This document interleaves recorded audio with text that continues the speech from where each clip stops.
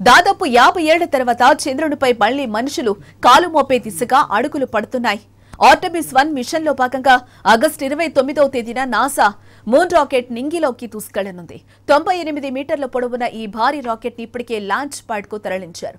Artemis 1 ద్వారా dummy బొమ్మలను పంపి ప్రయోగ ఫలితాలను నాసా పరిశీలించనుంది. అనంతరం 2024లో ఆర్టెమిస్ 2 మిషన్ ద్వారా అంతరిక్ష యాత్రికులను చంద్రుని కక్షలోకి, ఆ తర్వాత 2025లో ఆర్టెమిస్ 3 ద్వారా జాబిల్లిపైకి పంపనుంది. తొలిసారిగా 1969లో అమెరికాకు చెందిన వ్యోమగామి నీల్ ఆర్మ్స్ట్రాంగ్ చంద్రుడిపై కాలు మోపారు. 1969 నుంచి 72 వరకు అపోలో మిషన్ ద్వారా 24 మంది వ్యోమగాములను నాసా చంద్రుడి వద్దకు పంపింది. వీరిలో 12 మంది చంద్రుడిపై కాలు మోపారు. ఆ తర్వాత మరెవరూ చంద్రుడిపై అడుగు పెట్టలేదు. చంద్రుడి మీదకు చివరిసారిగా మనుషులు వెళ్లొచ్చిన నాసా అపోలో 17 మిషన్ కు ఈ ఏడాది డిసెంబర్లో 50 ఏళ్లు పూర్తవుతాయి. 50 ఏళ్ల విరామం తర్వాత ఇప్పుడు చంద్రుడి మీదకు మళ్లీ మనుషులను పంపించడానికి నాసా శ్రీకారం చుడుతోంది. ఈసారి మూన్ మిషన్ కు ఆర్టెమిస్ ప్రోగ్రామ్ అని పేరు పెట్టింది నాసా. ఆర్టెమిస్ అంటే గ్రీకు పురాణాల్లో ఒక దేవుడైన అపోలోకు కవల సోదరి. ఆ పురాణం ప్రకారం ఆమె మూన్ గాడెస్ అని కూడా అంటారు. ఈ ఆర్టెమిస్ ప్రయోగాలను అత్యాధునిక సాంకేతిక పరిజ్ఞానంతో చేపడతామని నాసా కొన్నేళ్ల కిందటే ప్రకటించింది. చంద్రుడి మీదకు నాసా సిద్ధం చేసిన ఆర్టెమిస్ 1 పరిస్థితులు అనుకూలిస్తే ఆగస్టు 29వ తేదీన ప్రయోగించనున్నారు. ఆర్టెమిస్ 2 మిషన్ 2024లో, ఆర్టెమిస్ 3 మిషన్ 2025లో ఉండొచ్చని నాసా చెప్తోంది. ప్రయోగం కోసం సిద్ధం చేసిన రాకెట్ 100 మీటర్లు పొడవు ఉంటుంది.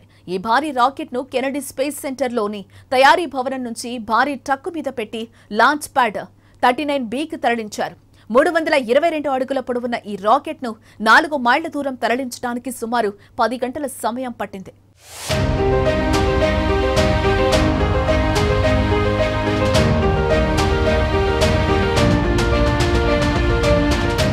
మొదటి ప్రయోగంలో వ్యోమగాములు, సిబ్బంది ఎవరూ రాకెట్లో లేకుండా ప్రయోగాత్మకంగా పరీక్షించనున్నారు. రేడియేషన్, వైబ్రేషన్ ను కొలవడానికి సెన్సార్లతో 3 డమ్మీ బొమ్మలను పంపనున్నారు. వ్యోమగాములు ఉండే క్రూ క్యాప్సూల్ ఓరియాన్ ను చంద్రుడు వెనుక కక్షలోకి పంపించి అక్కడి నుంచి తిరిగి భూమి మీదకు రప్పించటం, కాలిఫోర్నియా తీరంలో పసిఫిక్ సముద్రంలోకి ల్యాండింగ్ చేసేలా చేయటం ఈ ప్రయోగంలో నాసా శాస్త్రవేత్తల లక్ష్యంగా పెట్టుకున్నారు. 6 వారాల పాటు ఈ ప్రయాణం సాగనుంది. ఓరియాన్ క్యాప్సూల్ హీట్ షీల్డ్ భూమి మీదకు తిరిగి ప్రవేశించేటప్పుడు ఆ వేడిని తట్టుకోగలదా లేదా అన్నది పరీక్షించటం ఈ ప్రయోగంలో ఒక ప్రధాన ఉద్దేశం. 2024లో ఆర్టెమిస్ 2 మిషన్ ద్వారా వ్యోమగాములను నాసా చంద్రుడి కక్షలోకి పంపనుంది. ఆ తర్వాత 2025లో జరగనున్న ఆర్టెమిస్ 3 మిషన్ ద్వారా మళ్లీ మనుషులు చంద్రుడి మీద దిగుతారని నాసా తెలిపింది. ఆర్టెమిస్ 3 మిషన్ ద్వారా చంద్రుడి మీద తొలి మహిళా పాదం మోపుతారని నాసా ఇప్పటికే హామీ ఇచ్చింది. అయితే 2030ల నాటికి అంగారకుడి మీదకు అంతరిక్ష యాత్రికులను పంపించడానికి సంసిద్ధమయ్యే క్రమంలో భాగంగా నాసా ఈ మూన్ మిషన్ ను పునః ప్రారంభిస్తున్నట్లు సమాచారం.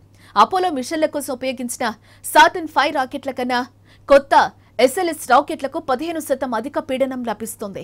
అదనపు శక్తితో పాటు ఇతర ఆధునిక సాంకేతికతలు కలిసినప్పుడు ఈ వాహనం కేవలం వ్యోమగాములను మాత్రమే కాకుండా వారు ఎక్కువ కాలం పాటు భూమికి దూరంగా ఉండటానికి అవసరమైన పరికరాలు, సరుకులను కూడా అంతరిక్షంలోకి తీసుకువెళ్లగలదు.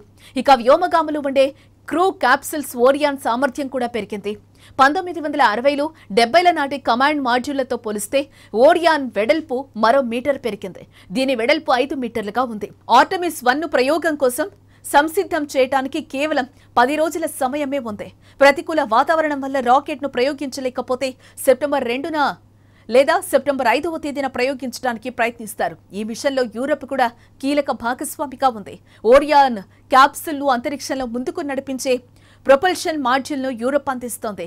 SLS రాకెట్ల తొలి 4 మిషన్ల కోసం $400 కోట్ల కన్నా ఎక్కువ ఖర్చవుతుందని అంచనా.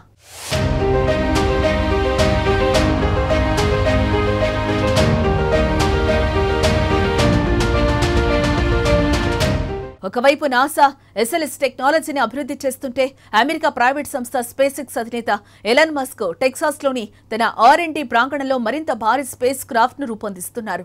ఆయన తన భారీ రాకెట్ కు స్టార్ షిప్ అని పేరు పెట్టారు. భవిష్యత్తులో ఆర్టెమిస్ మిషన్లలో ఈ రాకెట్ కీలక పాత్ర పోషించనుంది. చంద్రుడి మీద నుంచి వ్యోమగాములను భూమికి తీసుకురావడానికి ఓరియాన్తో ఈ స్టార్ షిప్ అనుసంధానమయ్యే అవకాశం ఉంది. నాసా SLS లాగానే ఎలాన్ మస్క్ స్టార్ షిప్ కూడా ఇంకా తొలి ప్రయాణం చేయాల్సి ఉంది. ఉంటుంది. అయితే SLS రాకెట్ ఒక్కసారి మాత్రమే ఉపయోగించడానికి వీలుంటుంది. ఆ తర్వాత మళ్లీ కొత్త రాకెట్ అవసరం అవుతుంది. కానీ స్పేస్ ఎక్స్ స్టార్షిప్ ను మళ్లీ ఉపయోగించే విధంగా రూపొందిస్తున్నారు. కాబట్టి దీని నిర్వహణ ఖర్చు గణనీయంగా తక్కువగా ఉండొచ్చు. SLS రాకెట్ల తొలి 4 మిషన్ల కోసం $400 కోట్ల కన్నా ఎక్కువ ఖర్చు అవుతుందని ఆఫీస్ ఆఫ్ ఇన్స్పెక్టర్ జనరల్ ఇటీవల అంచనా వేసింది. ఇంత ఖర్చును తట్టుకోవడం అన్ని మార్లు సాధ్యం కాదని అభివర్ణించింది. అయితే ఈ రంగంలో కాంట్రాక్టుల్లో చేసిన మార్పుల వల్ల భవిష్యత్తులో ఉత్పత్తి ఖర్చులు గణనీయంగా తగ్గుతాయని నాసా చెప్తోంది. స్పేస్ ఎక్స్ రాకెట్ ద్వారా చంద్రుడిపైకి మాత్రమే కాదు, మార్స్ పైకి కూడా మానవాళిని తరలించే కార్యక్రమం ఉంటుంది. అది ఎలాన్ మస్క్ జీవితాశయంగా పెట్టుకున్నారు. ప్రపంచంలోనే సంపన్నుడైన ఎలాన్ మస్క్ ఈ ప్రాజెక్టు కోసం తన సంపదలో సగభాగం కేటాయిస్తానని ప్రకటించారు. ఇప్పటికే స్టార్షిప్ ప్రోటోటైప్ రాకెట్లపై ప్రయోగాలు నిర్వహించారు. 10 కిలోమీటర్ల ఎత్తు వరకు ఎగిరి సురక్షితంగా భూమిపై ల్యాండింగ్ చేయడం లక్ష్యంగా ఆ ప్రయోగాలు జరిగాయి. కానీ దాదాపు అన్ని ప్రయోగాలు విఫలం కాగా చివరి ప్రయత్నం మాత్రం సక్సెస్ అయింది.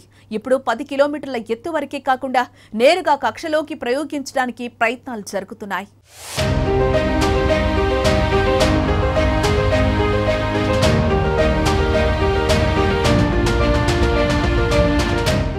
స్పేస్ ఎక్స్ కూడా చంద్రుడి వైపు ప్రయాణం పట్ల ఆసక్తిగా ఉంది. ఎందుకంటే మూన్ జర్నీ ద్వారా రెవెన్యూ జనరేట్ చేయడానికి అవకాశం ఉంటుంది. ఈ నేపథ్యంలో జపాన్ బిలియనీర్ యుసాకో మైజావా తన వెంటనే 8 మందిని చంద్రమండల యాత్ర చేయించనున్నారు. ఆ 8 మంది ఖర్చులన్నీ మైజావానే భరించనున్నారు. అయితే 2018లో డియర్ మూన్ అన్న పేరుతో ఈ ప్రాజెక్టు కోసం సన్నాహాలు ప్రారంభించింది స్పేస్ ఎక్స్. చంద్రమండల యాత్ర అంటే అక్కడ ల్యాండింగ్ అంటూ ఏముండదు. కేవలం 7 రోజుల పాటు సాగే డియర్ మూన్ ప్రయోగంలో 3 రోజులు చంద్రుడిని చేరుకోవడానికి ఒక రోజు చంద్రమండలం చుట్టూ అంతరిక్షంలోనే ఉంటూ చక్కర్లు కొట్టడం జరుగుతుంది. ఆపై మరో 3 రోజులు ప్రయాణించి తిరిగి భూమిని చేరుకుంటుంది. వారందరూ ఈ ట్రిప్ హాయిగా చేసేలా స్పేస్ ఎక్స్ ప్రత్యేక ఏర్పాట్లను చేస్తోంది. ఇప్పటి వరకు ఫాల్కాన్ రాకెట్ భారీ సక్సెస్ సాధించి నాసాకు సంబంధించిన పనులు చేస్తోంది. అదే వెహికల్ కు 8 మందికి సరిపడేలా క్రూ డ్రాగన్ క్యాప్సూల్ తయారు చేస్తున్నారు.